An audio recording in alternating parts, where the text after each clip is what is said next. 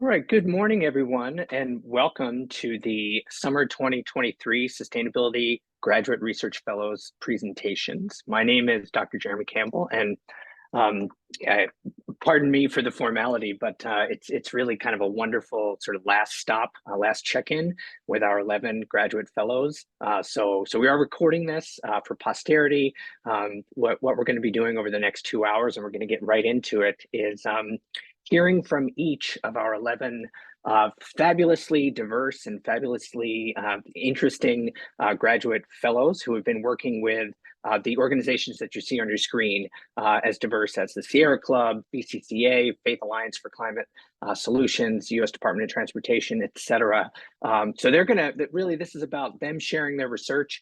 We've also asked the fellows to prepare a question for one another, pre-assigned. So we're going to be hearing from each one. They've got the very difficult task of condensing a summer's worth of work into about 7 or 8 minutes, and then they'll be followed on by a question by one of by a colleague, a peer question. If there's time at the end of the 2 hours, we will have the ability to have an open public discussion. And the chat is also available for any questions or comments that it is open to all. So feel free to use that chat function right there. Before we jump into it, I just would like to thank, on behalf of the Institute for a Sustainable Earth at George Mason University, I'd like to thank Senior Associate Provost Lawrence Bray and the entire team at the Graduate Division for their sponsorship, for their support, for their financial sponsorship for these graduate students in their work this summer. I want to thank all the advisors as well for our fellows. We have 6 different departments across 3 of Mason's schools represented here, and the advisors have played an integral role in helping the students sort of figure out their way through what is a unique opportunity to make research happen in dialogue with our community partners, and to help that research sort of come to fruition and inform, as we'll be learning about as the fellows speak, inform the fellows' educational and professional journeys, as well as answering some critical questions and providing some critical services to our various partners. And so it's really an opportunity to springboard multiple kinds of needs and multiple objectives, both on the individual level for the fellows, but also for our partners. And so it's a wonderful program. Thank you all. Thank you, the fellows. We'll certainly be applauding your work, and we really want to lift it up and support it right now and hear about it as well. So with that, I'm going to actually stop sharing and transition into our first speaker, who is Doran Tucker. So Doran, if you have your slideshow ready to go, you can screen share. There you go. You got it. And the clock will start as soon as you begin speaking. I'll be moderating the time as well on a private chat with each of you, just to keep you honest about the time that you have. Thank you, Doran. Great. Well, good morning, folks. My name is Doran Tucker. I'm a PhD student in the Department of Communication, and I'm going to talk some today about my fellowship with the Woodrow Wilson Center's Environmental Change and Security Program, and I've been looking at the concept of backdrafts. And this has been an absolutely fabulous opportunity for me to bring my background in international relations and tie it to my current PhD work in communication as I look at this climate and security concept of backdraft. So today I'm going to tell you a little bit about the undergirding research question that I've been looking at. I'm going to talk about my approach to studying this topic. I'm going to talk about the deliverable that I've worked on with the Wilson Center. And I'm going to talk about some of my big takeaways in terms of the broad research takeaways and then takeaways for me personally. So without further ado, let's get into the big research question I've been looking at this summer. And that involves this question of how do we effectively communicate about backdrafts? And I will admit, I started the summer. I had one of my initial meetings with the Wilson Center lead on the project, and I had no clue what backdrafts were. I've been studying climate and security for more than half a decade, and I was like, I don't know. And Lauren suggested that I go ahead and focus on this backdraft concept from the summer. And I was really, really excited by this idea that I get to spend the summer working on a concept that I've never touched before. But that leads right into my approach, because the first thing that I had to do was start to understand what the heck is a backdraft. And so the first step in my research process was an extensive review of the gray literature and academic literature. What I like to think of as a mini explication of what is backdraft? How do we define backdraft? What is it? What is it not? What are similar terms like maladaptation and boomerang? How are they similar and distinct? And so a lot of the first stages of this project was working through and defining backdraft. And I don't have time to a lot on what backdrafts are, but simply think about backdraft as this concept in which climate change adaptation and mitigation may have negative security consequences, negative conflict potentials when we take them. And so this creates an important, we need to engage in adaptation and mitigation to avert climate change and curtail the worst effects of it. But those actions may have negative consequences. And so we have to communicate those effectively. One of the assumptions that I went into this project with and that the Wilson Center folks also have is that it's tricky to communicate backdrafts because we're concerned that if we talk about backdrafts, we talk about these negative consequences, it may disincentivize people taking those climate change adaptation and mitigation efforts. But we also think it's really important that we recognize backdraft, that we go in with our eyes wide open, because if we aren't paying attention, if we're not thinking about the potentials of conflict, of adaptation and mitigation, then we have no ability to control them, curtail them, mitigate them. So we believe very strongly that we need to communicate about backdrafts, and we need to do it effectively so that we can best avoid those conflict potentials as we do engage in different policies of adaptation and mitigation. So if we want to communicate this effectively, we need to start thinking about why are backdrafts sort of tricky to communicate? And that was sort of the second stage in my research process, is thinking through what makes backdrafts difficult to communicate. And I really settled on these three areas.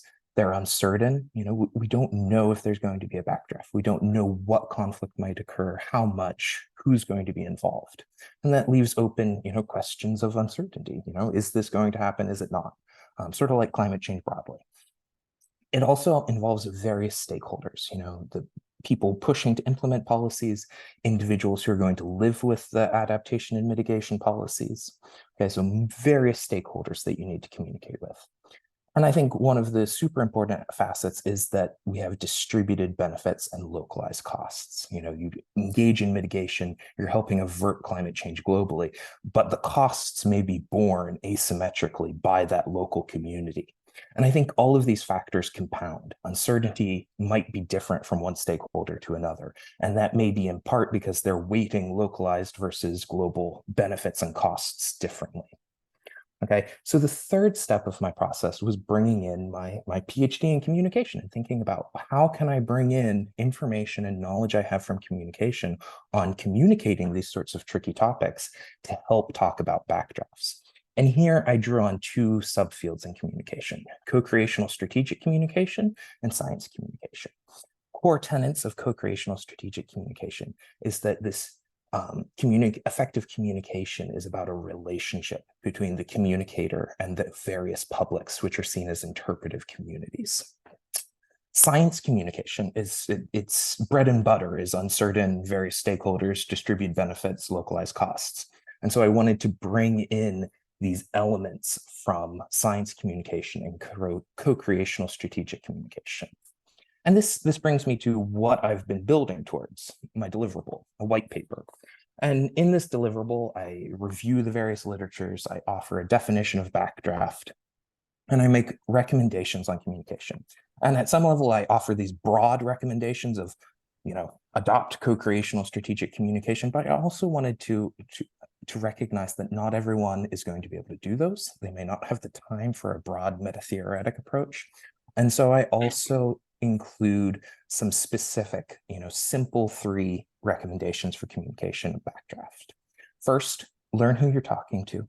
Who are you communicating with?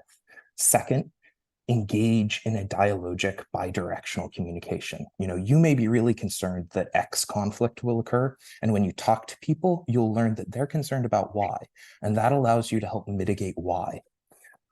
And be forthright and honest. The reality is that mitigation and adaptation policies will have negative consequences, and sugarcoating those does not help. It creates distrust, it creates lack of transparency, and it may have down the road backdrafts in terms of how people interact with different organizations. So be forthright and honest. Recognize that there are going to be problems with mitigation and adaptation. So to close things up here, big picture for the world, I think this is an important first step or early step in thinking about how we communicate about backdrafts. We're in a moment when there will be significant engagement and adaptation and mitigation, and we need to recognize that there will be negative consequences tied to these from a conflict perspective. And the solution isn't to not think about those. The solution is to approach it with an eyes wide open approach. But we also, in addition to being aware of these conflict potentials, we need to communicate about them. We need to share about them to most effectively avoid them and reduce their effect. So that's the big picture look. For me personally, backdraft stuck. Like I will keep coming back to this concept over and over again. I study climate security, so it's going to stick with me. So thank you all for your attention, and I really appreciate the time and the opportunity. Thank you so much, Doran, and I really appreciate the clarity and the timeliness. You came in just under the recommended time, so fantastic job. And as I mentioned at the top, we've asked a peer to prepare a question for you. So I'm going to pass the mic now to Tunajina Khan, who will be asking you a question. Hi, Doran. It was a wonderful presentation. Really, I really liked your step-by-step methodology. So how you your approach is really very strategic. I really like that. So I came from Bangladesh. I think this is one of the country that is facing the consequences of climate change very much. So I don't know if my question will be within the area that you working on or not. So I'm just wondering, in my in Bangladesh, I know there are a lot of as a country, there are a lot of those types of problems, and also the locality, there are strong local thoughts. They have some of the regions, they have really different thoughts from the rest of the country, so something like that. And this is really complicated. So I was just wondering,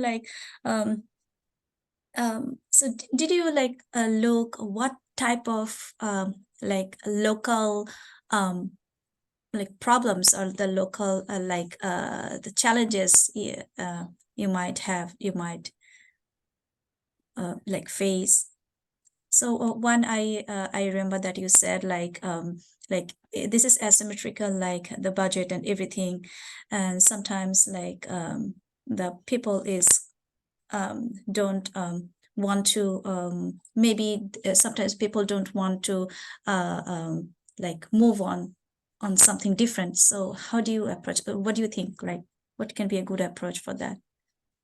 No, I think this is a great question. Really gets to the core. I think a lot of what Backdraft is getting at with those different stakeholder groups or potential differences in power symmetries, and thinking about the distribution of benefits and costs. So and I'm not an expert on Bangladesh, but you could think about how the central government or even foreign aid organizations might be pushing for some sort of climate change adaptation or mitigation. So maybe building a dam, building a solar farm, and they see this as unambiguously positive. But if they're not engaging with that local community, they may not be recognizing that they're building this thing on traditionally important land. or they're in building it, they're going to cause some other problem for that local community. And what you end up with is, yes, there's a positive. You've built the solar farm, you've built this hydroelectric dam. That has a positive effect for reducing climate change through mitigation. But you're creating the potential for conflicts then because you didn't actively engage with that local community. You didn't see how you could have built this better or built something else that fit their needs more. And so I think this is where communication and dialogic communication, and not just talking, but actually bringing the opinions of all of the various stakeholders into the planning phase so that you can be flexible and adaptable in the different mitigation and adaptation policies that we implement, is going to help curtail those downstream conflicts. This is hard because I think lots of institutions aren't necessarily built to be this receptive in the planning phase, in the implementation phase. So limits, but I think communication is a good step towards making this possible.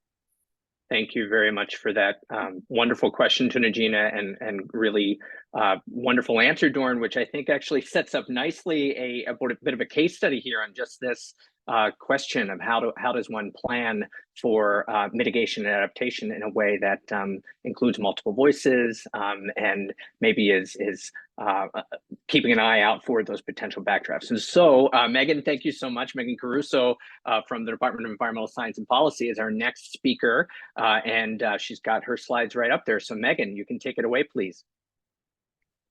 Oh yeah, thanks so much, Jordan. That was a perfect lead into my presentation. So thanks for that. As Jeremy said, this is pretty much a case study in backdrafts. For the Department of Transportation this summer, my research focus was thinking about critical mineral mining and domestic policy in regards to electric vehicles. The research prompt that I got from the Department of Transportation, as you can see, it was a lot to think about.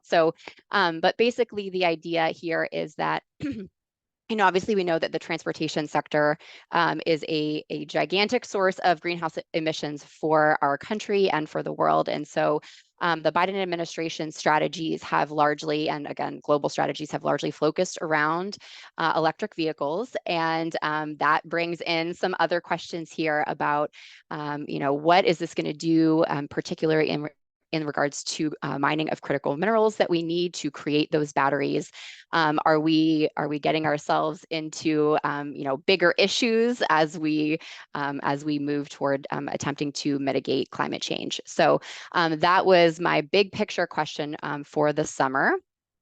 And how I went about doing that, kind of, Doran, as you said, I started by doing a lot of background research because I knew nothing about batteries. And so I did quite a bit of research on, battery technology, mining processes, all things that I didn't necessarily know I would ever know anything about, which has been fascinating, just to get a sense for how these critical minerals are being used in the batteries, which ones are ultra critical, how do we mine them, et cetera, and really found that this is just a gigantic topic, because when we're talking about critical minerals, first of all, we're talking about many, many different minerals.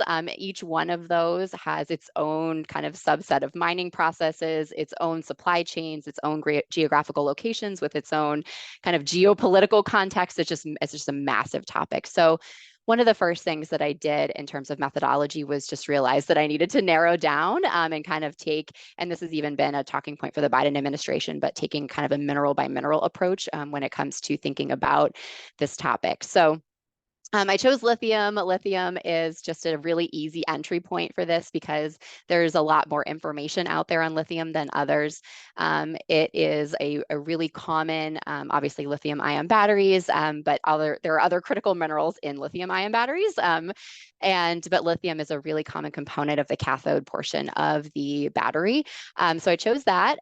Even within lithium, though, there is a giant process that it takes to get from the ground all the way into the battery. And so then I even had to narrow it down about what part of that am I actually going to look at, because each one, again, has different considerations, has different environmental impacts, et cetera. So I really chose to focus on upstream, which is there's upstream, midstream, and downstream. Upstream is just really pulling the raw materials from the ground. So upstream lithium is kind of where I focused. I started off by really digging into, just using a case study methodology and digging into what lithium mining looks like in some different areas of the world. And so I focused on the big producers. So that is mostly the lithium triangle, which you guys may have heard of, is in South America. It's Chile, Argentina, and Bolivia. There is quite a bit of information about environmental impacts in that area of lithium mining. Australia and China are the other big producers. And then my kind of goal in my lens, because I wanted to think about domestic EV policy and kind of some of the things that are being pushed out by the Biden administration, I really wanted to also focus on how can we take the lessons that we've learned from lithium mining globally and apply them to domestic mining, because that is a very gigantic push for the Biden administration, is not only to push electric vehicles, but also to push domestic sourcing of these critical minerals. And there's some domestic sourcing provisions. And so then that kind of led me to my fourth part of the methodology, was really digging deep into bill and IRA to see what are some of these things that, where is the money going for critical mineral mining in the United States? How are our electric vehicle policies going to affect mineral mining in the United States? So within the United States, I focused on Nevada, because lithium mining in the United States is completely in its infancy. We have one working lithium mine in Nevada, Silver Peak. And then we have another one that, if you guys have been reading any of the news, has been highly in the news. It's being heavily litigated in Nevada, called Thacker Pass. And that has brought in all sorts of issues with indigenous rights. There's a lot of kind of land use and sacred land conflicts going on in that area with Thacker Pass, although it is currently under construction. And then I really just feel like I'm scratching the surface here. And so my next steps, I really am hoping to continue on this research, and I want to focus also on nickel and graphite, and then do kind of a broader statistical analysis to look for big picture trends. So what are some of the policies and technologies that are producing more positive environmental and social outcomes, if there are any, and which ones are kind of skewing towards negative outcomes? And so my sources were kind of all over the place. I spent a lot of time reading technical papers, government sources, Department of Energy, USGS, I did, academic literature search for thinking about case studies. I used a database. There is a database called NatBat that is tracking all of our future domestic mining situations in the United States. So that was really helpful. And then obviously digging through a lot of kind of White House press briefs, Congress.gov for the full text of the IRA to look at different provisions in that. So my deliverables, like Doran, is going to be kind of a white paper. I actually am leaning towards maybe a series of white papers now, thinking about how much information I have. But one of the things that I also really wanted to do was to create kind of from that white paper, a set of kind of briefing slides that could be more circulable. I don't know if that's a word, but just, just this skill set, and this kind of goes into my professional journey and some of the skills that I was hoping to learn from this, but just this is such a massive topic. And so the skill of just wading through all this information, pulling what's important, and then distilling it down into kind of some talking points that, here are the most important things that you need to know about this. Here are some of the potential implications. Here are some recommendations, I think is a really helpful skill. And so I'm hoping to do that, and I'll work with the Department of Transportation to see kind of what structure works out for them.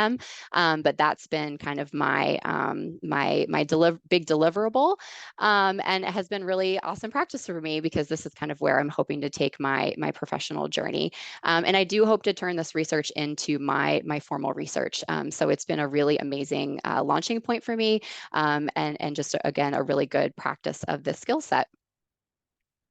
And then I just wanted to give a quick thank you both to the Department of Transportation, Heather, my contact there, for allowing me to do this, and then to you, Dr. Campbell, for running such a wonderful program and for giving us this opportunity. So thank you, guys.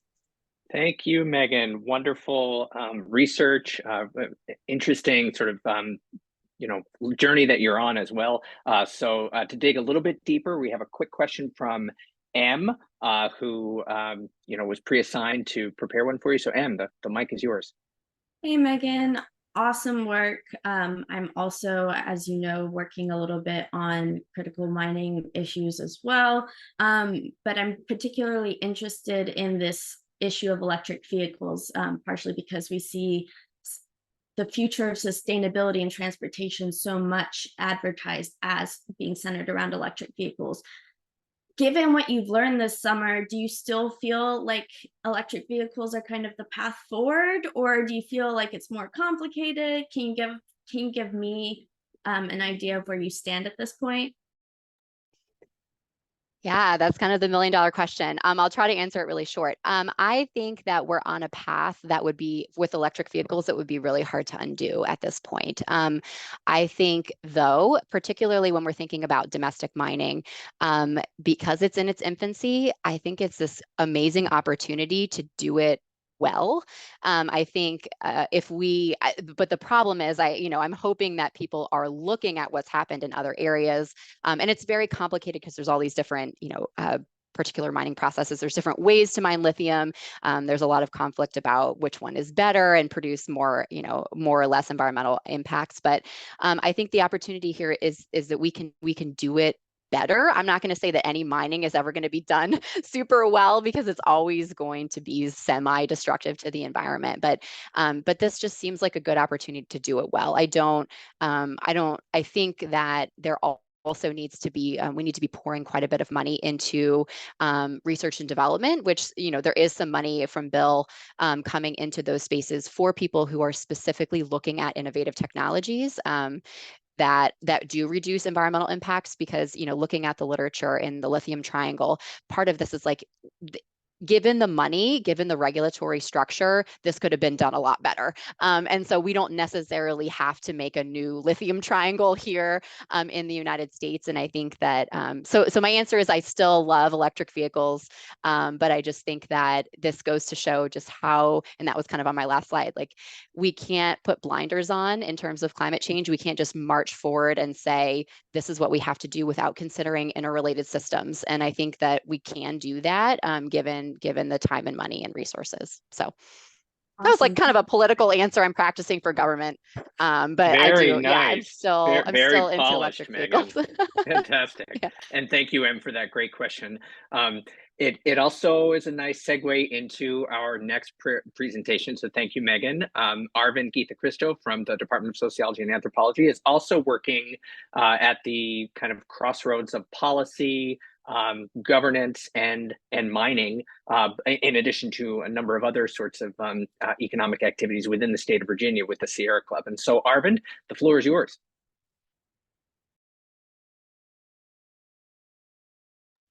Arvind, we can't hear you. Can you hear me right now? Yes, we can. Thank you. Okay.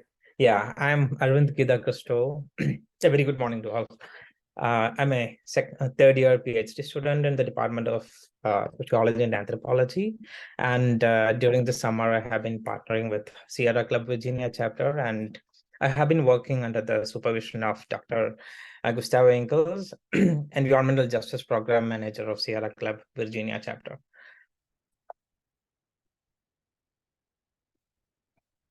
Yeah, so I think it's a time to talk about a little bit about Sierra Club Virginia chapter.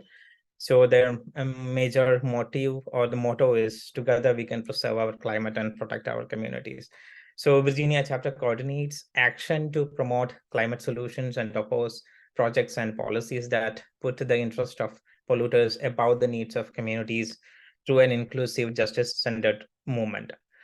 So the Sierra Club mission is to basically educate and enlist humanity to protect and restore the quality of the natural and human environment. Moving ahead, talking about my this summer assignment, multiple studies report that the Department of Environmental Quality Virginia penalizes environmental polluters with minimal penalties compared to the other states in the EPA Region 3 category. So this paper is the result of an extensive comparative analysis study that emphasizes the penalization process, disparities in the penalties, and fines among the EPA Region 3 states with special reference to the Virginia DEQ. So there is one major project, and the objective of the study is to identify the disparities in penalties imposed by EPA Region 3 states and the state of Virginia. To identify, as a part of exploring this objective, I have formulated various research questions. One is, what are the disparities between the penalties imposed by EPA and the state of Virginia? And the second, what is causing the difference in penalties enforced between EPA Region 3 states and Virginia? So moving ahead, it's important to talk about the tools for data collection. As it was already mentioned, it's like I have been depending on extensive review of literature, going through or referring to the research papers from the referred journals, EPA website documents, Virginia Code documents, and other Region 3 state documents, including annual reports, notifications, court verdicts, etc. So moving ahead to the final deliverables, obviously the assignment is to come up with a research paper which could be published in the public domain. And so there are multiple chapters. Apart from the introductory and the concluding chapters, there are like majorly 3 chapters. The first one is like EPA's and the state of Virginia's penalization process. So this chapter deals with how the EPA's enforcement initiatives are conducting this particular penalization process. And the state of Virginia also enforces penalties aiming to create a deterrence and discourage violations by individuals, industries, and other organizations. So although the EPA and Virginia share the goal of promoting environmental complaints, they differ in their approaches to penalties, enforcement mechanisms, and judicial review. So this first part is being dealt with all these differences and commonalities. And the second part deals with the disparities in penalization between EPA and EPA Region 3 states. So as we all know, EPA Region 3 states are like Pennsylvania, Maryland, Delaware, Virginia, West Virginia, and the District of Columbia. So several studies suggest that state governments have the discretionary power to determine the penalty, resulting in significant variations compared to the penalties that have been imposed by EPA. So especially the state's ability to drastically lower the penalties in a way threatens and destroys the idea of uniformity in the imposition of penalties. So the last chapter of the paper is examining what are the differences and commonalities between EPA Region 3 states and Virginia in penalties and why. So according to a recent study conducted by Anderson and Vaughan, the differences in enforcement levels between EPA regions may be due to the fact that regional administrators play a significant role in determining the extent and quality of regional enforcement, and they must obtain approval from the officials in each of the states within their region. So this is much more connected with the political affiliation and the political interest of particular state administrations. And I'm still working on this chapter, and I plan to share it with my supervisor soon. Moving ahead to the implication and scope of the study, as it was already discussed, low penalties are influenced majorly by the political interest and affiliations of the state administration as well. So as we are in a neoliberal era, it is important to examine how neoliberal policies are influencing or motivating state administrations to impose low penalties and give a chance to polluters, especially the corporates for having a pollution shopping. And finally, talking about my experience with Sierra Club Virginia chapter, I'm really enjoying writing this paper in collaboration with my supervisor. I and the organization itself share environmental justice as a commonality. Also, this assignment is helping me in enhancing my skill a lot. Yeah, thank you for your patience. And this is all about my summer research fellowship work. Thank you, Arvind. Thank you so much. And Margaret Orr will be asking you a question. So Margaret, the floor is yours. Great job. This looks like really interesting work that you've done this summer. I'm wondering if working on this has given you any insight into kind of what a solution might be to this issue of like these disparities. And I know that gets into a lot of like state politics and national politics, but if there's like maybe one kind of takeaway that if they were to ask you how they could fix this issue, what would it be? There are like a couple of solutions or suggestions which is coming to my mind. So one is like increasing the minimum required penalty authority acceptable for the delegation. So as noted, like currently the basic minimum amount is like $5,000 for the pollution. So increasing that particular benchmark minimum amount and keeping a benchmark would be an suggestion. And another possible remedy would be for like EPA headquarters to take a more active role in ensuring uniformity in regional enforcement authority. So it's like EPA headquarters giving more power to the regional headquarters, and like EPA headquarters could do specific audits or studies of comparative penalties in order to provide more guidance to the EPA regions that prove to be outliers. And there could be one judicial remedy as well, like to achieve greater uniformity, courts should recognize the shortcomings of the current top-down or bottom-up approaches in use, and instead adopting a penalty calculation that closely mirrors the EPA's penalty policies. So these are some of the solutions or suggestions that is like that could be done. Yeah, I think I answered your question. Thank you for asking. Yeah, thanks. Thank you, Margaret, for that question, and thank you, Arvind, for a fantastic presentation. Moving on now, we're going to be hearing from Janan Atakul, who worked with Future Earth on a horizon scanning initiative. So Janan, the floor is yours. Thank you. Yeah, hello everyone. Sorry, I don't have Ken today. Today I would like to talk about Future Earth horizon scanning on climate change and biodiversity. I just finished my master's degree like this week, actually. Like last Monday they approved. I finished my master's degree. I would like this information first. Congratulations, Janan. That's wonderful. Thank you. And then I cannot go to the next slide. I don't know why. Oh, okay. Okay. First of all, this focus of this research is like network analysis of sustainability research to policy organization. When we start this fellowship, we initiated contact with the 27 action networks, and right now we have like 27 countries data engaged with the 62 institutions. And then here is like I just want to share the in the world, like I create this map, like which countries, and then for example United States, they have like 2 institutions. For example, when we look at the Europe, this is like Switzerland, we have like 5 institutions. And then like I try to show quickly, for example India, we have like 6 institutions informations. This map shows that like all around the world, which countries we got data, and then which institutions. For example, Japan, we have like 3 institutions there. We get the information from there. This is like to see the all around the world, like we have like connected 27 countries and 62 institutions.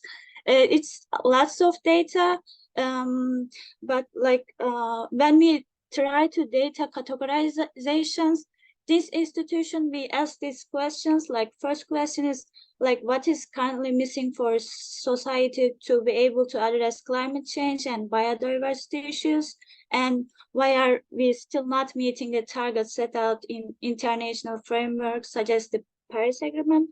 And the second question is like, what key investment will be required in climate change and biodiversity research for this to be addressed? And then still, like last Saturday, actually, I got the data from Monica, and we like just categorize like 4 categorization in here, 4 broad categorizations identified, but this may still change in 2 weeks. Like we will see, and then I will keep going to work with them, and then try to like see the new categorization, or if we still keep these categorizations, I will create another map like to visualize them. And in here, I just like create this one. This is like we can see the all around the world, like from the region. We have data like most Europe data, like and then Asia, we have the secondly, we got the data, and Africa, North America, South America, and we have no data from Australia. This is important actually, because network analysis plays a vital role in advancing sustainability efforts, like especially when it comes to the complex issues like climate change and biodiversity. Different countries and institutions like bring unique perspective, methodologies, and data sets to the table. These variations like arise like in large part because each country or institution operates like unique economic, political, and cultural context. That's why it's so hard to put the data together. Like sometimes, okay, we can create the data overlay, but sometimes we can create different approach. It's good, but also it's helped to recognizing and understanding these differences through the network analysis, and also this facilitate the data sharing and promote the alignment of goals, like leading to more effective and more solutions for like our global challenges. In here, I try to explain why this research matters to work, like understanding relations like with the countries and institutions, also boosting like collaboration highlights. This is so important. Also another things like research optimizations, like this allocates resources more efficiently based on network dynamics. I like to summarize like when we summarize it, like a network analysis provides a clear view of the sustainability landscape, promoting more effective collaboration and decision making and resilience.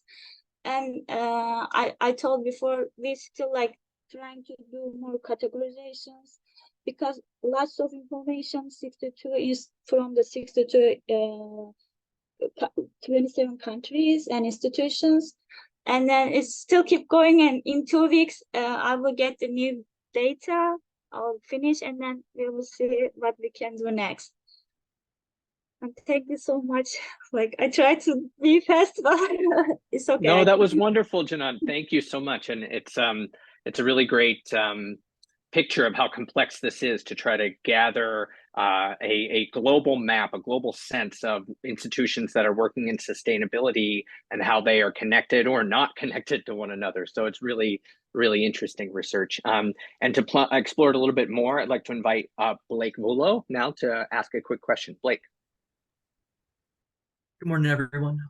Great presentation, Shannon. Glad to see your progress, and congratulations on your defense. So for my question, I've been racking considerations for potential limitations or implications, but I think my question that I want to go with is, what were there any unexpected findings or patterns that emerged from your analysis? And if so, how did these unexpected findings contribute to the overall understanding of sustainability efforts and transformations? This is a good question, actually. Like I don't think right now, like because right now I couldn't see the like all pictures, because still getting data, like trying the categorization. Maybe after that, when we see the like the all pictures, maybe I can say. But right now I cannot answer these questions. Maybe we will see or we will not see. Like when we see the like the big pictures, I can easily say. I stopped the sharing. Oh, okay. Yeah. No, that's wonderful, Janan. Thank you so much. We're we're going to be moving on right now to hear from Devamita Guha, who worked with Virginia Clinicians for Climate Action. Devamita, the floor is yours. Okay, thank you so much. So I am a second year PhD student in the Department of Sociology, and I have worked with VCCA this summer.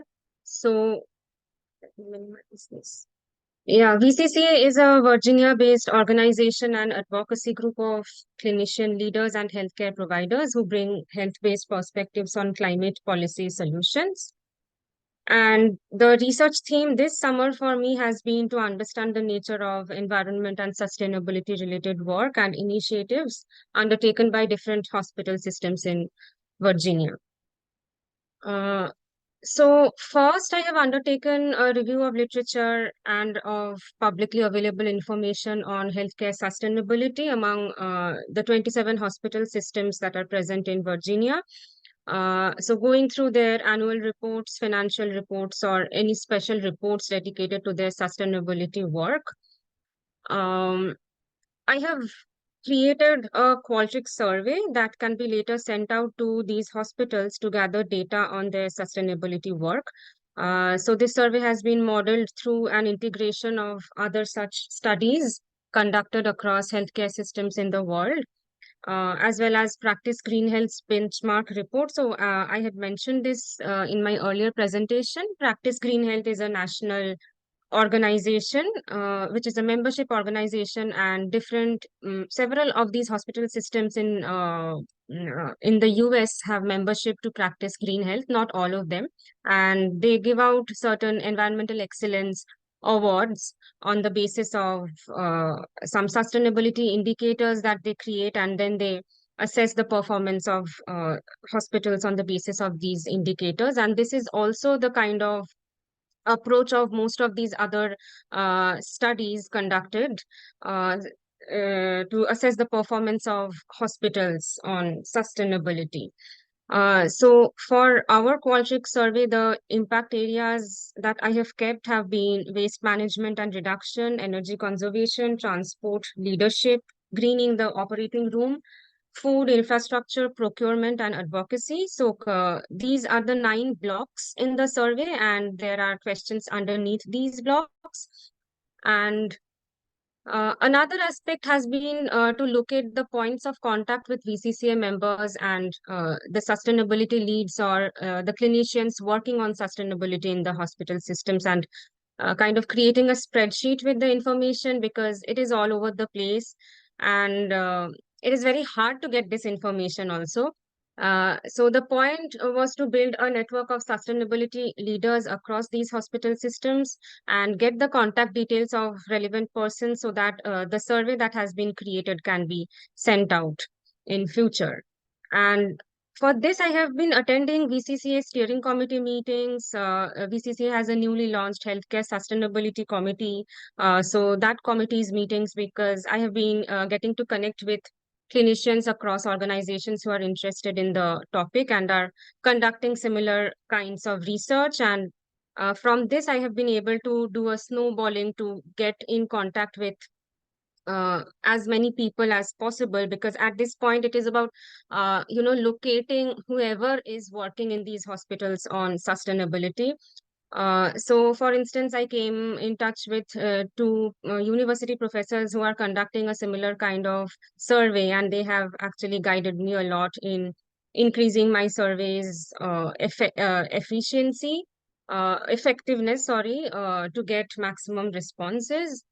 And I have also been trying to contact leadership and clinicians for conducting short interviews and conversations about their work, in which I have been asking them about the presence or absence of any sustainability programs or a dedicated sustainability office in their hospital, the leadership structure of these offices, and what motivated them to begin their work on healthcare sustainability, the implementation strategies, so the projects that they have successfully implemented in their hospitals or are working now for future implementation, some of their success stories and challenges. The final deliverables have been the spreadsheet that I mentioned containing information on sustainability leads and medical practitioners, the Qualtrics survey, and I have also created a shorter version of the Qualtrics survey for hospitals which are in the nascent stage of sustainability work or which do not have any documented sustainability work. So we just want them to get involved in this and think of this as something that they might work on instead of overwhelming them with a 30 question survey in the beginning itself. And finally, of course, the submission of an internal report that I'm still working on. It contains the review of literature and analysis of findings from the interviews and conversations that I had with some sustainability leads and clinicians. And looking at the broader picture, healthcare services are energy intensive. Hospitals are the second most energy intensive commercial buildings in the country after food service facilities. And the US healthcare sector contributes to 8% of the nation's greenhouse gas emissions, both through healthcare activities as well as indirect activities. So it is definitely a very important and pertinent issue right now. And the things that I've learned is learning to work and be guided by multiple stakeholders, the challenges of networking and connecting with key persons involved in advocacy. So this has been methodologically a learning experience for me. And I have learned so much actually because there were so many aspects of healthcare sustainability that I was not aware of. So thank you so much. Thank you so much, Debamita. Really wonderful presentation, and I learned quite a bit. I had no idea that healthcare buildings were the second most energy intensive buildings. It makes sense, but wow, the importance of approaching sustainability from that perspective is very clear. Thanks to your presentation. So I'd like to invite now Ben Ajay to ask you a question. Ben. Mita, thank you once again for your presentation. So my quick question is, how does the health department communicate climate-related issues to the general public? Or what are some of the challenges they go through?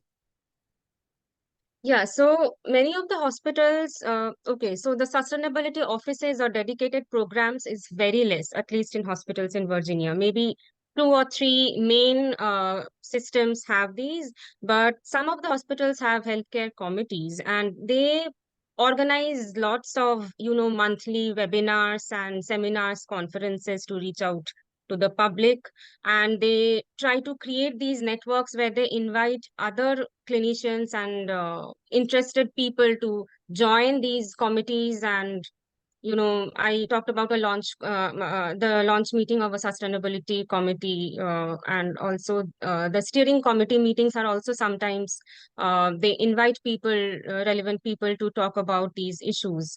And yes, they hold many webinars and conferences to reach out to as many people as possible. Thank you so much for that question, Ben. And thank you again, Debamita, for your great presentation. Thank you. And I think there were some other questions, so you can ask them to me directly in the chat as well. Perfect. Thank you so much. Thank you so much. Now we'll be hearing from Tunajina Khan, who is sharing her slides right now. Wonderful. Who worked with the American Bird Conservancy on some data analysis this summer. So Tunajina, the floor is yours. Hello everyone, this is Tunajina Khan, a PhD candidate in GGS department. So this summer I have been working with American Bird Conservancy. So I have been working with the ISE sites, which is called the Alliance of Zero Extinction. These sites are actually the sites that have one or more near extinct species. So the ISE sites, we are trying to conserve the sites for the world's most imperialist species and try to input the data that we have, the information that we have that helps those countries to take actions to prevent extinction of those species. Sorry for that. That's my son. So my task, can you hear me? We can, Tunajina, loud and clear. Thank you. Sorry. So my task was to identify the prospects and the threats to those the AZ sites. Can I come a few minutes later? Can someone else take that stage so I can stop? That's my son playing. Very, very sorry for that.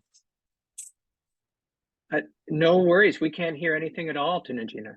Oh, okay, okay. So We just yeah. hear your voice. Yeah. Oh, okay. That's okay.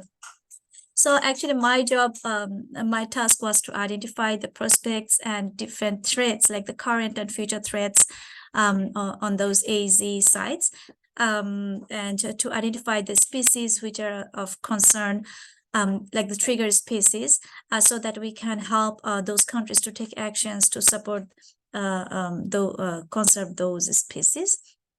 So the general methodology was to the overlapping the AZ sites with different kinds of, like other types of data to identify the prospects and the threats. And the final deliverable is like create the data for each country that will be provided to UNEP. So the challenges were because I'm working with the whole world. So the data for the whole world was like sometimes it's like really very big to work with. So I had to split each continent to make it smaller and workable, and then merge together the results. So this is the example that I created. So it shows the I created this for each of the countries. So the map shows the locations of each AZ sites within the country, and there will be like some general AZ information and some other information about that country, which will be added by ABC later. And here I also added like some important information about each of the AZ sites, for example, if it is already protected or not, or partial or not, and what are the trigger species, like a species of concern in that site, what are the main threats, current threats, future threats, and what are the conservation opportunities. So I created this type of slide for each of the countries that has the AZ sites. And those are like the other maps that I created, like I showed you before, like the countries that has different numbers of AZ species. Those shows like, the number of AZ sites containing different types of infrastructure.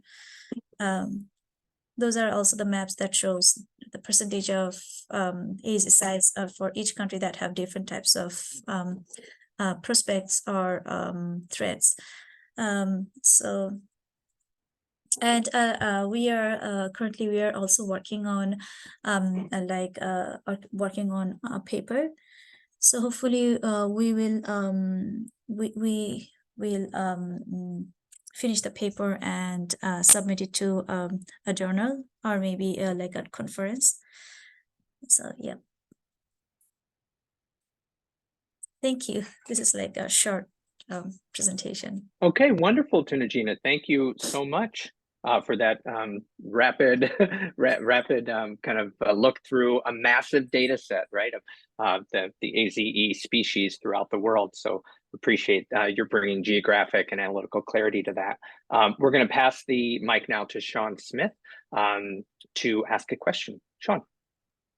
Hi there. That was great. I always love hearing about the AZE stuff going on. So, based on your findings of populations that are remaining for many of these bird species and looking at all the protected sites available, would you prioritize protecting locations based on the number of individuals that you have left, or based on the possible mitigation strategies that you have at each one of these sites? If I'm hearing correctly, can you say it again? Yeah, basically, you have a lot of information here. You have the number of individuals that are remaining each one of these bird species. You have the types of threats that they're encountering. You have all the different types of groups of people that are living there. So what would you focus on on when making your management recommendations? Is it the number of individuals that are left, so we should prioritize like if there's only 5 left, or do you look at the different kinds of threats and say, well, we can actually tackle this threat, so let's throw our money there and make our recommendations based on the threats?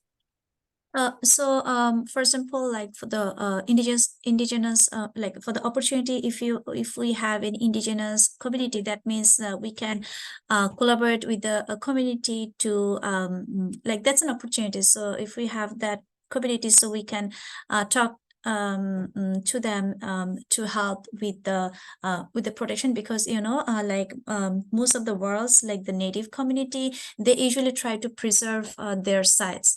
And for the threats, like the immediate threats, yeah, we have like the immediate threats, we have the future threats. So for the immediate threats, if we see like the AZ, one AZ species has like a mining threat. So you can say, okay, the mining current and future, like the mining threat is right now, its mining is going on, and sorry for that. And also like the future spread of mining activities will be going on there. So we'll be going to that country and say, okay, maybe you need to like look into that threat right now. I mean, not mining activities, but like at the AZ sites, so that you can protect maybe protect the AZ sites and say, okay, we cannot do any mining activity there, something like that. So I don't know if I answered your question. Yeah, that's great. Good job. Thank you. Yeah, wonderful job, Tunajina. Thank you, Sean, for that great question. We're going to be hearing now from Blake Fullo, who worked with Future Earth this summer. Blake, it's all yours. Good morning, everyone. So my name is Blake Fullo. I am the Evaluation Summer Fellow. And yeah, so here's my presentation. So let's see if I can move the slide. Sorry. Okay, so for some background, just to touch base on what Future Earth is, it's a global organization and network of scholars, researchers, scientists that's committed to supporting a global community that strives for sustainability goals through knowledge-based, collaborative, and transformative processes and forums. And so my assignment for the summer was kind of in collaboration with the US Hub of Future Earth and Universalia, a management consulting firm, to develop kind of pilot an evaluation framework to assess the progress towards inclusivity and equity within Future Earth and its research-related and policy-related forums. So additionally, also, my assignment involved providing a content analysis of the 2023 SRI Congress. So we can move to the data. Let's see if I'm sorry, not the data, the research questions. Sorry, we have to go through the questions first. So I have 2 questions for each effort, and you'll notice that the second question for both are pretty much the same thing in terms of barriers and challenges. So with regard to the evaluatory efforts, the question is, what are the key indicators and metrics that can be used to assess progress towards inclusivity and equity goals within Future Earth, and how these indicators can be measured and analyzed. With regard to the content analysis, the question that guided the research was pretty much what are the main themes and topics covered within the 2023 SRI Congress. And then again, the second question for both of these involves identification of main challenges and barriers and potential ways that these barriers can be addressed and mitigated. So for the data, with regard to the evaluatory efforts, it consisted of kind of a literature review of public documentations, programmatic documents of Future Earth, including their websites and additional public materials in terms of related program and network websites, and then also the annual reports of Future Earth. And so the components or steps within the evaluatory efforts involve mapping Future Earth's programmatic and institutional activities. And so this included network and institutional landscapes, or single landscape, sorry. The development and finalization of a theory of change, the development and finalization of a results framework, and the development and finalization of a performance management plan. With regard to the SRI content analysis, the data consisted of video recorded sessions of the 2023 SRI Congress within Panama and Africa. These ranged from 40-minute sessions to some sessions that were a little over 7 hours, with a total of 136 recorded sessions. And abstracts, the grand total of content for the content analysis was a little over 218 hours, or 9 days, 2 hours, 10 minutes, and 16 seconds. So the components or steps involved with the content analysis involve transcription, translation and coding of verbal and textual content. And so I've used Otter AI for transcription, and then I went through manually. And then I also used Taget for preliminary and open source coding and tracking. And then I used NVivo for aspects of quick code and auto coding, as well as the generation of visual, visualization for the existing nodes in the coding tree that will follow. And so the data analysis was carried out in 3 steps: open coding, axial coding, and selective coding. These coding schemes involved inductive and deductive processes. So they involved a priori and emergent themes, respectively. And then iterations were completed until theoretical saturation was achieved. And this allows categories to be raised to kind of an abstract and general level while preserving their specific connections to data from which the categories were constructed. And so we can move from the data, the procedure, to the deliverables.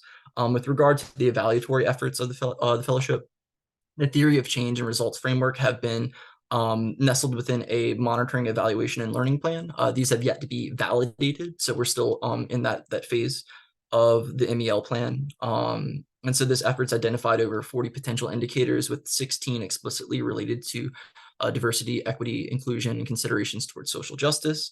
Alongside the theory of change and the results framework, I've provided a list of assumptions that undergird each level of the theory of change, ranging from Future Earth's activities, outputs, middle and high level outcomes, and their guiding objective or vision, as it's been described.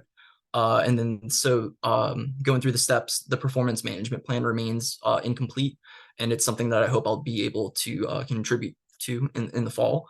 And so with regard to the content analysis, this visualization is for the content analysis. So a draft of the 2023 SRI content analysis has been developed, and I'm working on the discussion and conclusion section of this work. I'm attempting to figure out the best way to present some of this information that's been discovered and generated. And so the coding tree is provided here. It provides some visualization of the pre-existing and generated themes created and crafted within the content analysis, as well as the respective phases. I won't go through each phase, but of interest is phases 2 through 5, just in terms of the initial coding process, identification and repeated themes, and some of the most salient phrases and codes that were generated. And so, all the way from climate change mitigation to perceived barriers and enablers through policy, environmental justice, and ethics and emerging technologies. Phase 3 was kind of the interesting part, at least on my end, kind of seeing how the software and my manual entry went about generating themes that were emergent. And so within phases 4 and 5, you can see that, I had to go through the review, naming, and defining of these themes. And they've come out with some interesting clusters with regard to multi-level policy coordination, surveillance and innovations of interventions, systems thinking, social ecological approaches, sustainable production and product design, responsible consumption, ways of living. And so if you look at phase 6, you can see that I'm still in the process of deciding whether or not I should map these emergent categories into existing conference themes, or if I should create something new altogether. And so that's kind of where I'm at on that front. But what I have so far is very, very interesting. It's been really insightful. So moving on to why the research matters, what I can take forward broadly, I guess, in the simplest sense, I can say that this work matters because its end result or its proposed course of action involves addressing global challenges. So by evaluating and prioritizing inclusivity and equity within Future Earth's operations, the research can actually contribute to more effective, equitable, and encompassing solutions or alternatives that challenges that affect the entire planet. And so there's also an ethical and moral imperative that kind of recognizes the rights and contributions of underrepresented and marginalized groups across society. And especially within evaluation, aspects of equity and inclusivity are linked to the quality and relevance of the research outcomes. And so here, this involves the quality, relevance, and uses of findings. So the research conducted can take part in kind of crafting a more robust and tailor-made, better suited agenda to address complex and interconnected challenges that face the world. With regard to my professional journey, it's invaluable in terms of providing the opportunity to contribute, a practical contribution as well as an academic contribution to a potentially innovative evaluation framework and methodology for assessing inclusivity and equity within such an expansive network. And then there's also, much more to be said about addressing complex real-world issues, but I'll leave that here for the sake of time. Thank you, Blake. Really wonderful stuff, and definitely looking forward to kind of seeing where it goes, both professionally and in terms of the relationship with Future Earth. Doran will be asking you a question. So Doran, the floor is yours. Thank you so much. This is super interesting. There's a huge amount here. I guess, in lots of ways, you're building out this evaluation approach, and I wonder to what extent you think a similar set of processes could be applied to other organizations other than Future Earth. So if you were going to give advice to someone who's looking at, sort of doing the same thing you are for a different organization, what advice would you give to that person? So broadly, I guess the way that I can kind of triangulate some of this is looking at certain knowledge action networks that already exist within Future Earth, and the fact that these knowledge action networks already are their own kind of research partnerships. And so, in terms of advice, I would say start where the connections actually are, and where there's actual documentation of not only effort, but kind of concerted effort that really takes into consideration diverse stakeholders, because I think it's really easy to kind of get locked into a certain channel of presenting information, and going through all these transcripts. Some of the most pertinent and important bits of information have just been to realize that the plurality of publics and counter publics that exist in the world, it's people. We're all humans, and so we have to focus on things of convenience, certain things of practicality, and basically in trying to engage in some evaluatory efforts of a research network. I would say just go where the paper trail starts, but then don't ignore connections, potential connections, even ones that are indirect, because sometimes with a little digging you'll find more than you bargain for. So.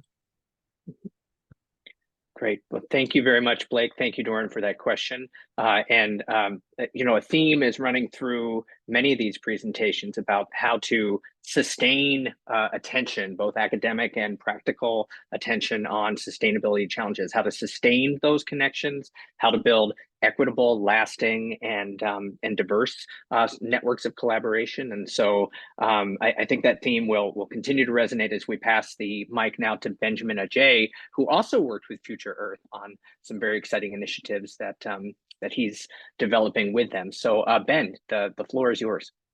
Thank you, Blake. Thanks, Blake, for taking me through. So I will skip the Future Earth introduction, as Blake has already dig deep into that. So I'm Benjamin Ajay, a PhD student with Mason, as usual. And my work with Future Earth was based on working on a theoretical framework or a research framework for environmental peace building. And as we all strive to attain the highest level of sustainability,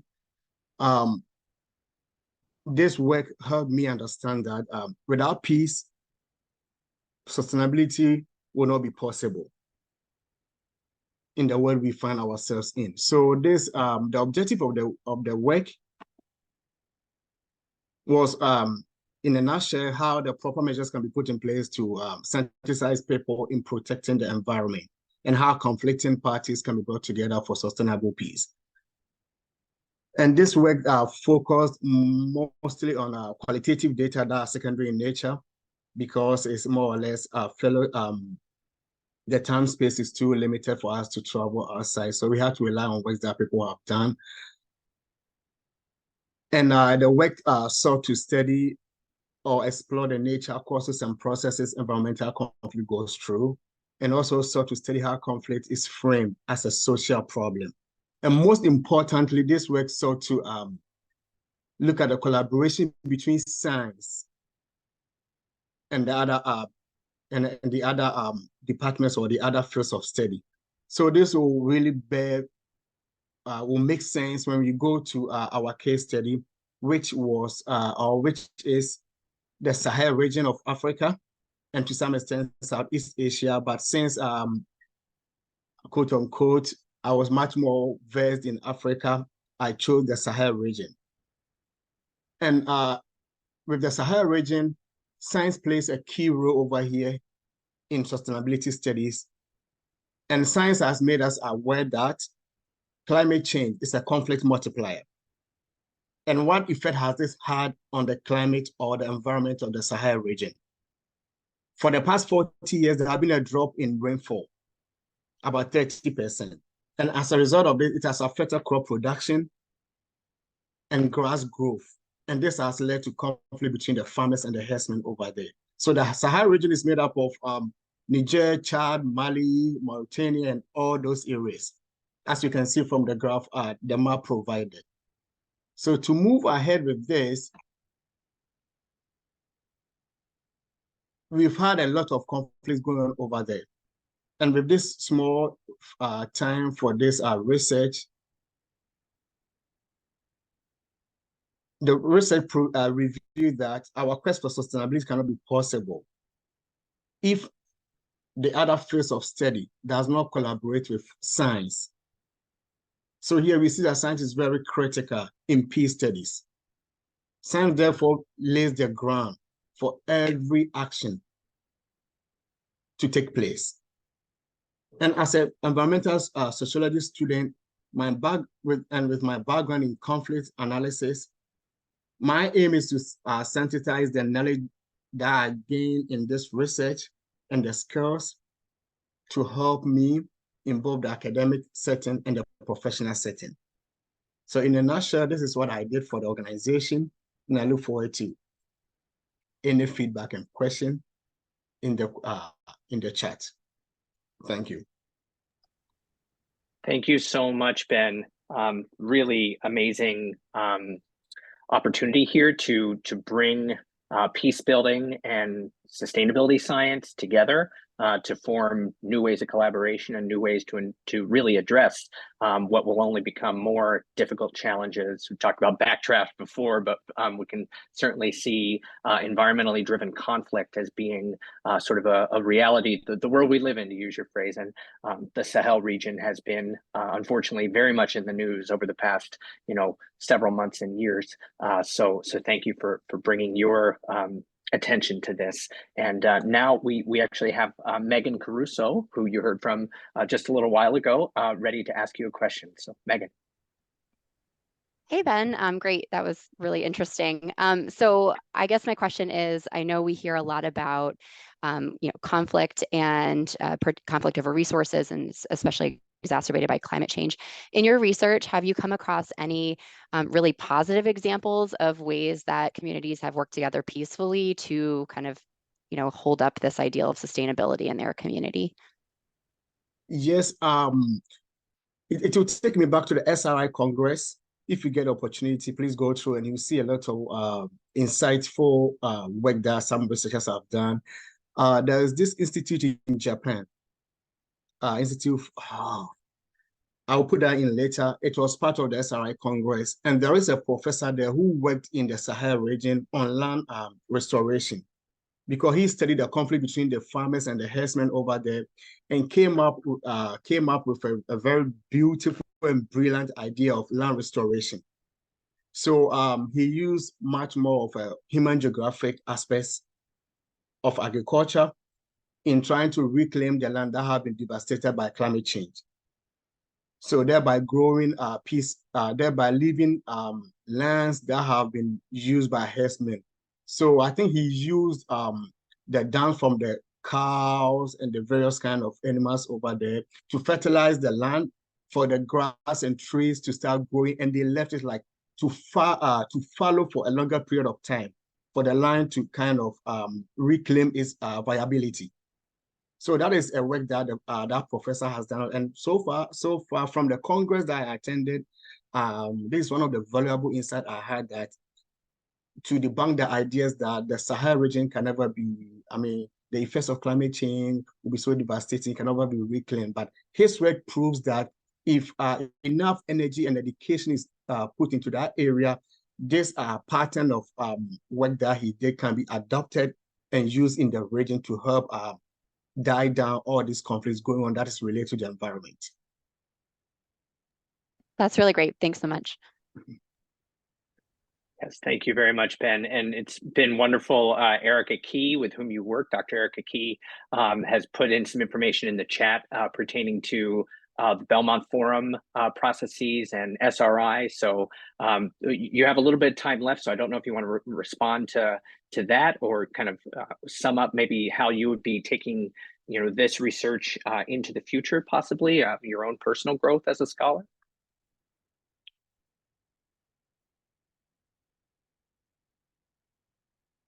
One thing that has really helped me in this research framework is one, the question that Megan, you asked about how the effort that have been put forth in doing this is about the land restoration. I had no clue about that. But with this research that I did for this summer has really kind of enlightened me that cross-cutting or collaborative efforts from different fields really helps a lot and kind of broaden our scope and our horizon, how best to create sustainability, to make sustainability possible in every part of the world, if we are able to come together and work together. And the knowledge I have gained is in the science part of this research is also that science is very pivotal in our quest for sustainability. And we cannot take out science. Even as a social scientist, I see science to be very key, that social scientists can rely on science and make informed decisions that will have a societal effect. Amen, Ben. Thank you very much for that. It's actually an inspiring place to pivot to M. Cole's research this summer. Thank you, Ben. Thank you, Megan, for your question. M worked with Appalachian Voices, and M, the floor is yours. Hey everyone, thanks so much. I've been absolutely fascinated by every single research presentation so far. So definitely looking forward to seeing copies of reports when things are done. But just to take a few moments and tell you a little bit about how my summer's wrapped up with Appalachian Voices. I had the world's best mentor guiding me through this summer, Jessica Sims, who's not here, but sent me with a very great pep talk this morning. So big questions that guided my research. I was pretty new to the issue of gold mining, specifically pertaining to Virginia coming into the summer. So I had the first thing on my mind was, what's the big deal with it? What are the stakes environmentally, culturally, economically, etc.? And then from there, I wanted to investigate how current anti-gold mining campaigns were working or not working in the state of Virginia. Like I said, I hadn't really heard of it before, so that kind of gave me a first initial impression of what big things I might come up against, because I'm not too unfamiliar with environmental campaigns in our state. I wanted to know from there what could be done on my part to help boost those anti-gold mining efforts, and how could I best help prevent what's happened in Hale, South Carolina, featured down below, from happening in Buckingham, Virginia, which is about an hour south of Charlottesville, where I currently am. So interestingly enough, I didn't have a great overview of my methods until really putting together my deliverable, partially because I had my hand in a few different pots issue-wise this summer, helping with multiple things like energy campaigns related to Dominion, helping with pipeline work, helping with screenings of legislative sessions. But really, when it came to the gold mining project, I realized kind of retroactively I did have a 4-step process. And that was first to understand the issue through research on mining and existing campaign progress. I did this investigation through looking at what mining was and what case studies existed similar to what we're looking at in Buckingham County. I got to fit in a couple site visits to the locations where the gold minings are going to be, well, at least close enough. I did a lot of one-on-one interviews with issue experts and area residents, including people from Southern Environmental Law Center and Friends of Buckingham, two really big organizations working on this issue specifically. I did weekly meetings with a small anti-gold mining collective. And through that, I also ended up doing a bit of investigative social media. I have joined like a half dozen farming, gold mining, etc. groups on Facebook just to kind of put an ear to the ground. From there, I kind of started to assess like what the campaign is doing, what it needs, both from a research perspective, as in like academically, but also looking at what are my notes telling me? What are the big themes? And from there, I have been producing a deliverable that is addressing those campaign needs, but is also serving as a resource for people both in and outside of this issue. The big themes that I uncovered were lack of communication and awareness outside of the people who are affected, like I said, coming into this, I had no idea the extent or severity of this issue. So that lack of communication and awareness was really something that I came in with a first impression / hunch about, and then ended up following through on in terms of research and themes. I had a too many cooks problem, as I called it, where I saw a lot of individuals and groups working on the same issue, but with no real collaboration or kind of cross-group communication. And so a lot of different efforts towards the same problem, but not a lot of positive feedback or outcomes coming from that. And partly in this, there was a lack of comprehensive issue resources. I did a lot of the research on gold mining in Virginia and the groups working on this problem. But there was no one resource that helped me really look at all of these things together. And then broadly from all of this, I saw an overarching need for more collaborative and coalitional organization, both across groups and individuals, but especially including historically marginalized groups, including Indigenous, Black and Brown groups in the state. So results in moving forward, my deliverable is a 5-section report / playbook, and it is broken up into 5 parts. And that was based partially on my own journey of coming to this issue and understanding it. And then I wanted to produce something that I could hand to an academic or my dad or a friend from high school or someone in Buckingham County. Essentially anyone could pick up a document, become educated on the issue, and understand where the campaign is at, and understand where they could move forward or some strategies for doing so. So it broke up into history of mining in Virginia, background on mining and gold mining specifically and how it's different, a summary of current campaign efforts and legislative progress or not progress, a review of potential impacts of gold mining in Virginia, and then finally campaign and advocacy strategy recommendations.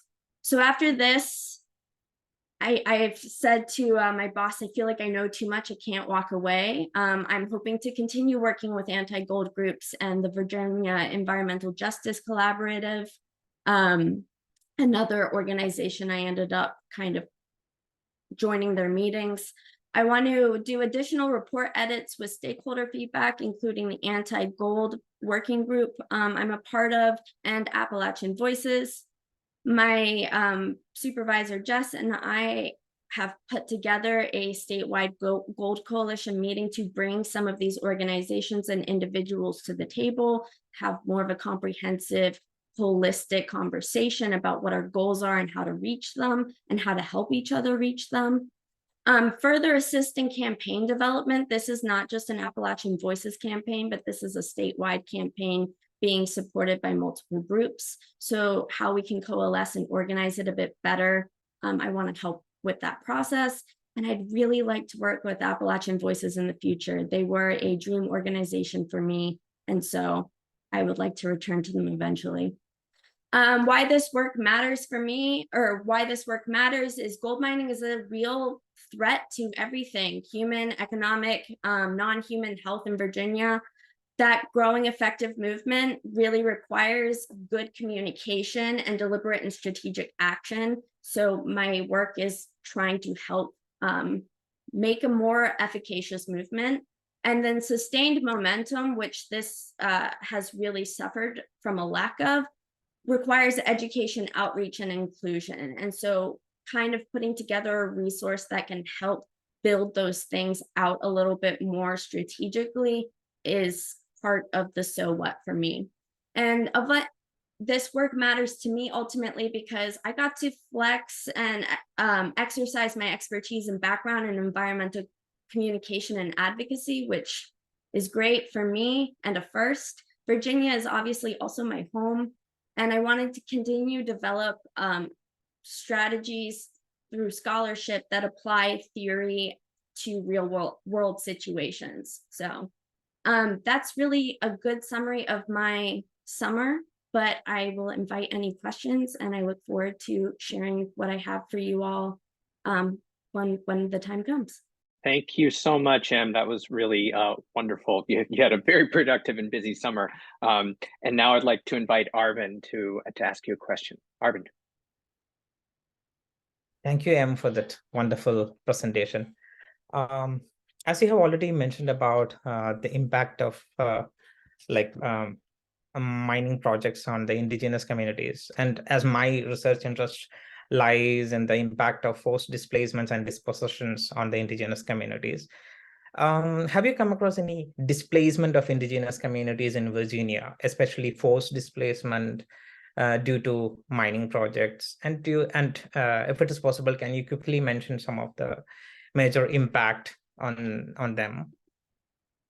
So Virginia has obviously got a history that is rife with displacement of indigenous communities. I mean, it was one of the first states in the colonies, and a lot of the territories that existed for indigenous groups, they were taken very early for mining. So not necessarily modern mining projects as effective as they're not displacing these communities as much today, but initially back in the 1700s, as people were coming up the James, as colonists were coming up the James, and they started establishing mines in the state of Virginia early on with coal and iron, they were routinely not only displacing Powhatan communities, but they were also then kind of pushing them out towards the margins of the state too.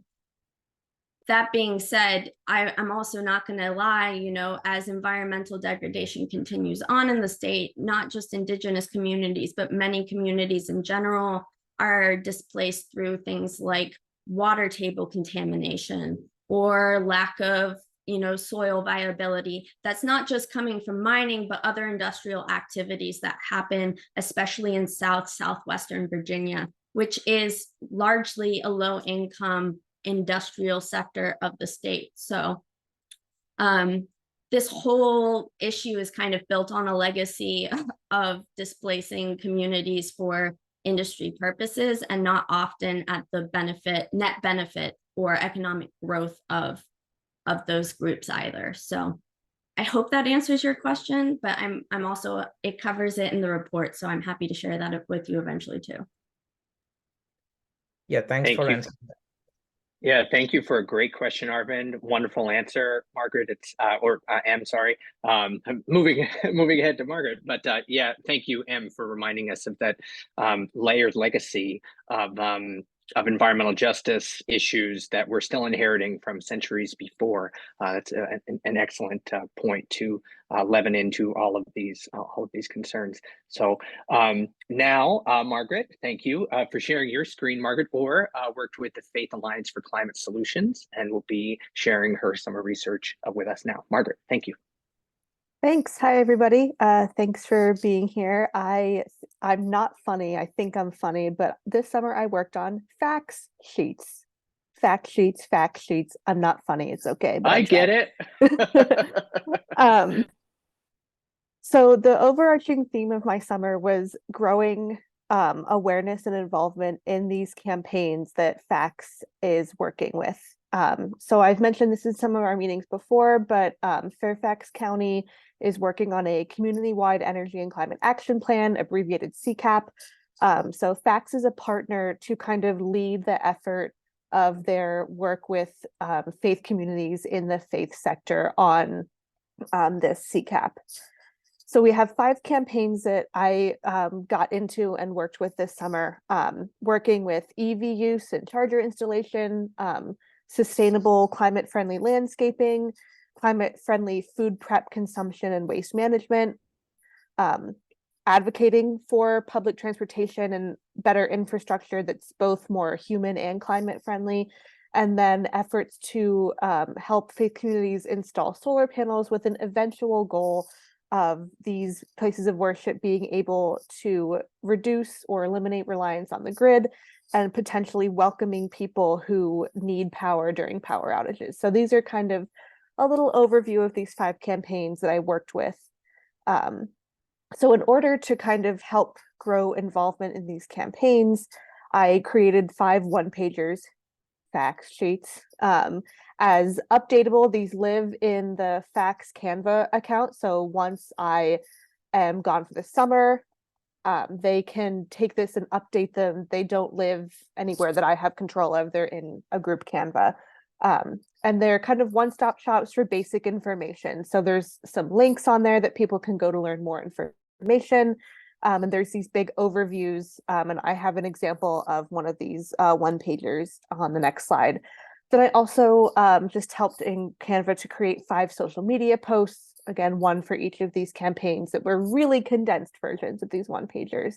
So in order to do this, I did a lot of research into funding opportunities, especially through the Inflation Reduction Act, so that people don't have to go digging to find those funding opportunities. They're there on the fact sheets. Some of the benefits of the campaigns, again, right up front, here's how this matters. And then because this is Faith Alliance for Climate Solutions, the specific connections between these campaigns and faith-based values to give it that unique facts spin. I also worked on website updates and reorganization. So I have kind of our new sitemap on the next slide. So I did some other smaller things in between projects, helping with outreach and other things. But most of what I did had to do with these one-pagers and the website. So here is a front back example of one of these one-pagers.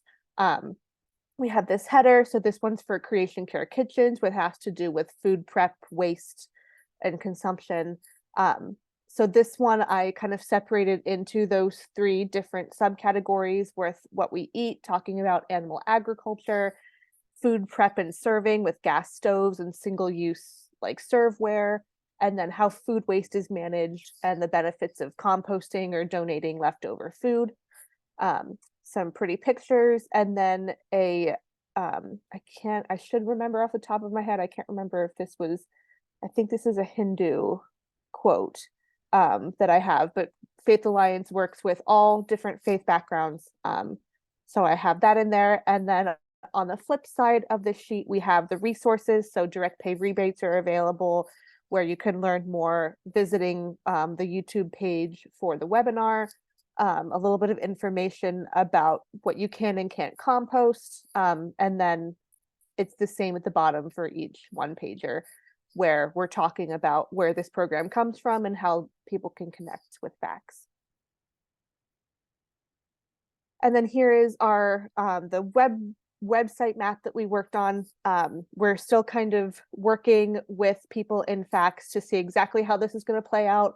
But the goal of this was to really organize this so that it's easy for people to navigate and see information up front. So we focus on the left-hand side on what facts is doing.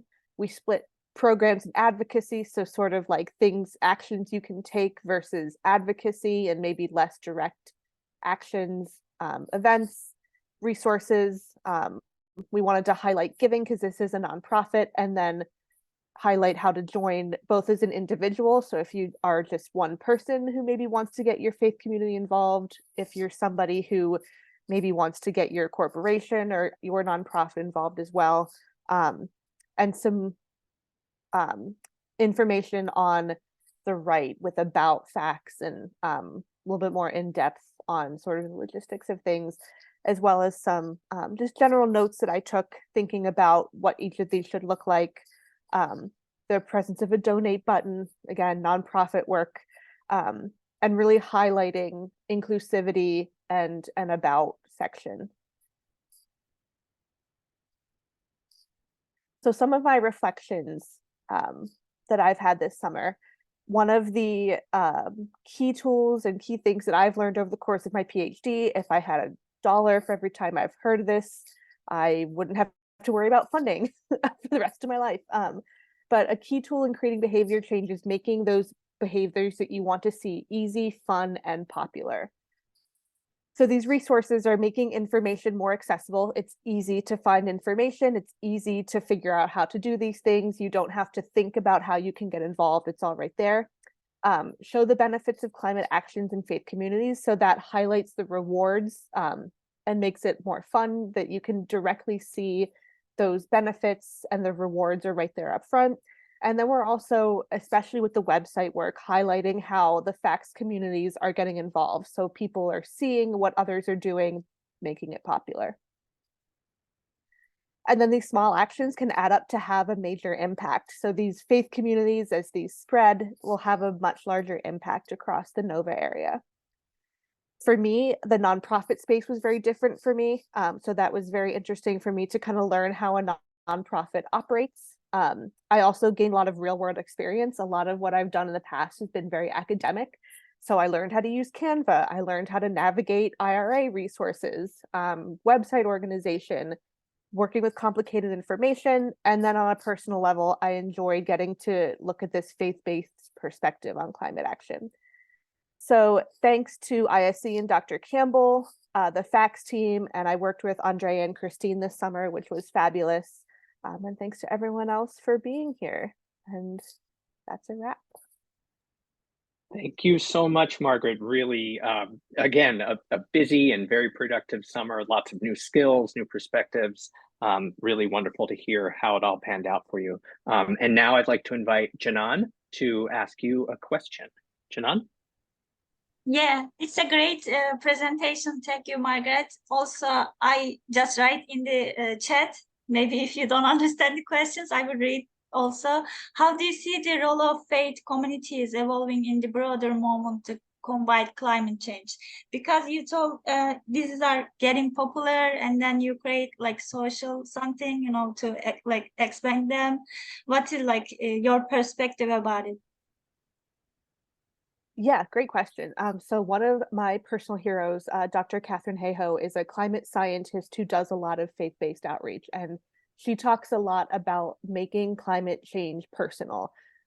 It's not a very effective communication tool necessarily for everyone to say the polar bears are dying or there's wildfires in somewhere that you've maybe never heard of, but to bring climate change into something that people hold so closely as their faith values, and again across all different faith traditions that FACTS is working with, that can be a really great personal connection in order to spur action. So where people might not connect with the polar bears are dying, where people might not connect with the science, they can connect with faith-based morals of caring for those less fortunate, caring for if your faith believes in a creator. That kind of faith-based values can really be that personal connection that galvanizes a lot of people into action. That's great. Thank you. Yes, thank you so much, Margaret. Thank you, Janan, for a great question. Yeah, a really exciting stuff to see how it progresses into the fall and out into the real world. Thank you, Sean Smith, for posting your slides. And thank you also, Sean, for your patience. Sean is our last but certainly not least summer research fellow to be presenting. He worked with Point Blue Conservation Science. Sean, the floor is yours. And incidentally, actually, just 1 second. After Sean presents and Debamita will be asking him a question, we should have a little bit of time for questions from guests or questions from partners. So you might want to prepare, look back over who's been presenting and prepare, a general question or comment since we will have a little bit of time before the top of the hour.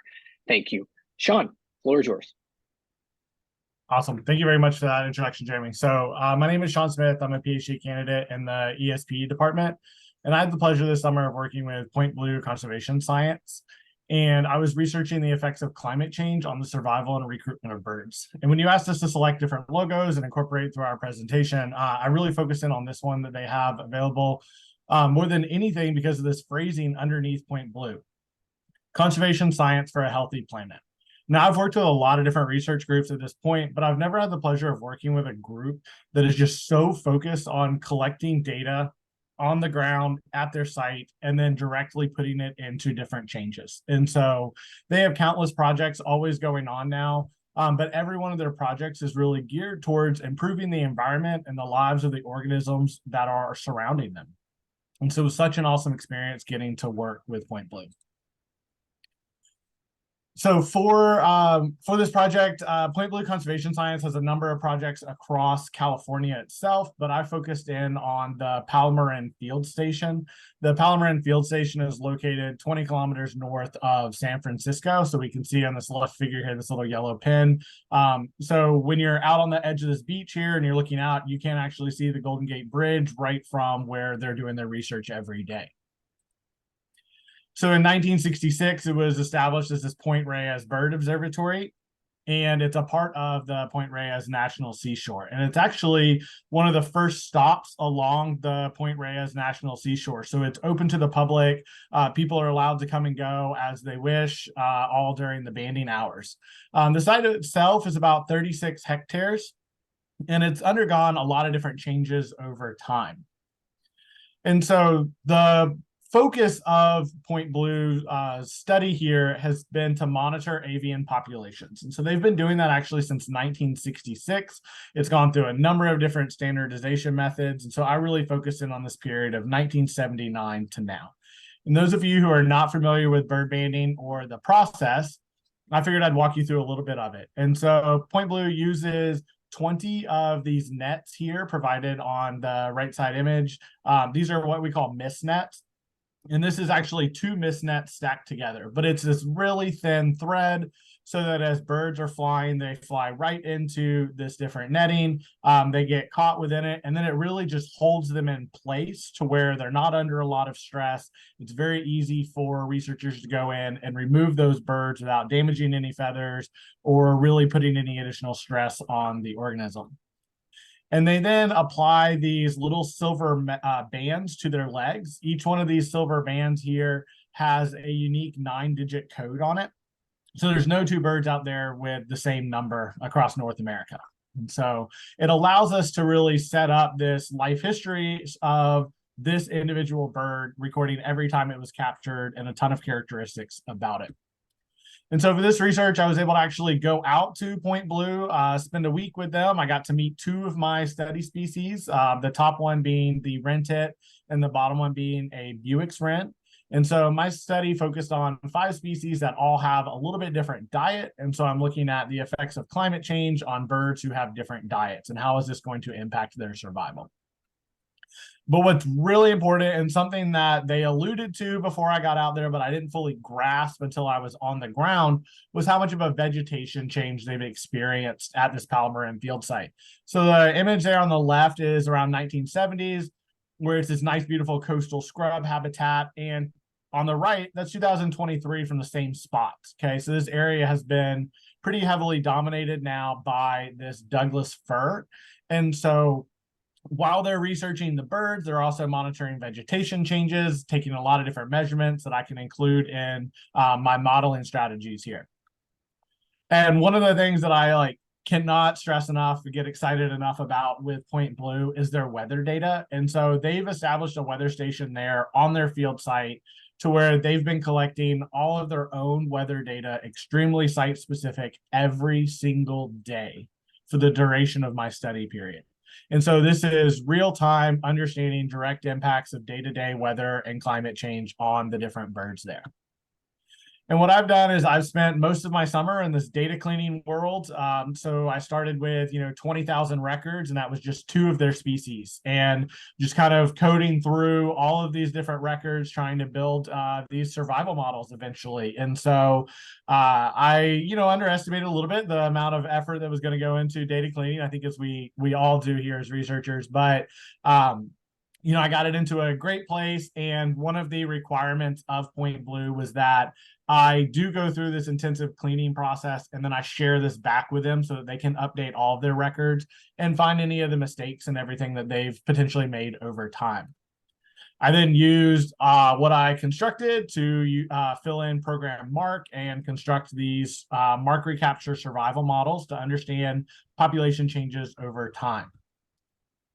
So I want to walk you through some extremely preliminary results here. Let me just focus in on these are preliminary. I'm not quite ready for publishing any of this, but I worked with all their weather data, and what I have found is that they have actually had precipitation changes over time. And what this equates to within the model is a loss of about 7 millimeters of rain per year since 1979. And it doesn't sound like a whole lot. These are little millimeters, but over time, this is actually a statistical difference here. This is a major change. But what I want you to focus in on as we look at these dots here, these little circles, and for the next couple of figures that I show you, there's these really cool patterns that are there. So we have these nice waves as we're going through. And especially as we look at temperature here, we can begin to see maximum temperature, minimum temperature, and then one of the seasonal variables that I pulled out was winter here. And while there haven't been significant changes between annual max and min, what we're seeing is this actual slight convergence of less hot days, but it's not cooling off as much. And so we're getting to a more constant temperature between day and night. And if you really look at that, those are perfect waves that are going to be lining up with all the ENSO events that they experience there. But whenever I dove into each specific season and stuff, I've seen significant changes in winter maximum temperature over time. And so I'm really excited to see what this impact has actually had on the different species. But when we get down to it, I know these are really messy, and I'm not going to go through all the data provided in here. But when you're building MARC recapture survival models, you're really focused on survival and the probability of recapture. And so you build these AIC tables and allowing your models to compete. I ended up with almost 10,000 capture events of song sparrows during my study period. And when we look at hatch year and adult survival, I really want to focus in on just that top model production. So that phi-T, what that stands for is that is a change in survival over time. And so I haven't really honed in on whether or not these are all positive or negative trends. It varies, depends on year. But whenever I looked at Buick's wrens for young birds, these hatch year birds, it looks like there may have been constant survival over time. That's that phi period. But for adults, we are still seeing our top model containing phi-T. So this is a change in survival over time as being our best model. And so the really big picture here of what I learned and what I focused in on here is that this is, one of the most incredible study sites and study groups that I could work with. They've helped train over 400 interns or banders over time. So they've created this giant network of bird researchers across the country and really across the world. And they're engaged in these public engagement efforts at all times. All of their sites are available to people coming in. And I've been able to provide them with some of these model outputs, cleaner data, and I'm really looking forward to publishing this research as a part of my dissertation. So thank you all for listening. Thank you, Sean. Really, really fascinating and wonderful pictures of you in the field. Thank you for sharing all of that with us. Makes me jealous, actually. I'd like to invite Devamita now to ask our final presenter's question. Devamita, please. Thank you for the wonderful presentation, Sean. So you mentioned the annual maximum temperature and also winter maximum temperature as some of the variables. And I was wondering, can you mention some other variables that you are combining to build this survival model? Actually, I was really interested to know. Yeah, so that's actually been a hot topic amongst us as whenever I was in California and then as I've returned and we've tried to figure it out. And so when you go into the literature, people are using all different kinds of variables here. We're using seasonal variation. So, focusing on just the spring when birds are breeding, or winter. Winter's thought to really limit survival as it gets to be, these really cold, harsh temperatures. And then looking at annual trends over time. But we've really started thinking about these terms of, because it's this Mediterranean climate, it's more constant day to day throughout the year, focusing in on extreme events. And so one of the things that since I came back that I've really had to be focusing on is trying to create these new variables based on their data and trying to look at the number of days above X temperature that's thought to impact birds, or the number of days with snow or really cold temperatures and precipitation of any kind. And so, I think I'm stepping away from some of the like traditional annual min, max, and all of that, and creating very like biologically relevant variables for them. So. Excellent. Thank you so That's yeah. Thank you, Devamita, and thank you, Sean, for the presentation and for that answer. We've heard from all 11 of our summer graduate research fellows. So thank you all for your incredible work. Congratulations on making it to kind of the final milepost now. We will be sharing out these final presentations. We'll be collecting them and making them publicly available. So I know there's been a couple of requests for that. But I'd like to invite anybody who might have a final question or comment. We have just a few minutes left before noon. We want to give make sure you can make it to your next meetings or make it to lunch. But it's been a pleasure to work with all of you fellows and to work with all the partners as well. This has been a fantastic couple hours of hearing how far you guys have gotten. So please, round of applause for everybody, but also if there's any questions, please feel free to ask. Erica, thank you. Yeah, I just wanted to say, I mean, there was a huge diversity, right, of topic areas and partner types and all of this. I think this is a great cohort, and it looks like you have a lot of shared lessons learned and colleagues to sort of lean on as you go forward and exchange ideas with. So, I mean, this is what it takes to achieve sustainability. And so really excited to see all of those intersecting points in these presentations. Thanks. Appreciate that, Erica. Absolutely. It's been, I feel like I have the best job in the world because I get to sort of peer over the transom and sort of see what all these students are discovering and working on. And also, of course, work to facilitate with a variety of partners. So it's been wonderful. And it's time consuming, but it's exactly this kind of work, this iterative work that leads to good results and sustained results. So thank you for your partnership. Leah, the floor is yours. Sure. I just wanted, not a question, and I know we only have 2 minutes left, but I wanted to say, wow, great work all around. Really appreciated hearing all that you've done over the summer. Really like to also hear how many of you are interested in carrying this work forward, and just wanted to let you know that ISE is here to help you do that, and would love to think with you and support you in taking some of these ideas on into future research, into future careers, and so on and so forth. Great work. Yeah, thank you for that reminder, Leah. And just to kind of flesh that out a little bit more, just to remind the fellows that you are now part of a community, a growing community of alumni in this program.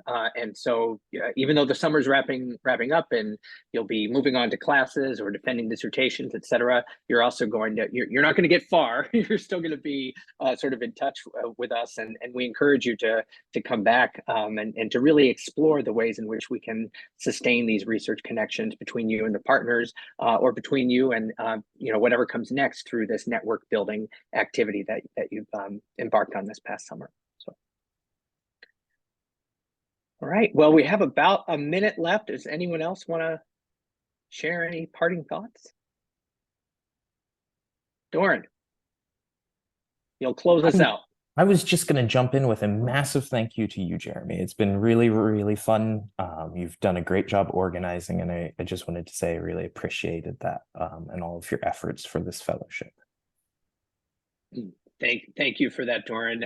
As I said, I think it's a privilege and an honor to be able to meet so many different enthusiastic and talented students and to walk along with you on your journey, your professional and personal journeys. It's a real privilege. So appreciate it, and let's keep the party going as the fall goes.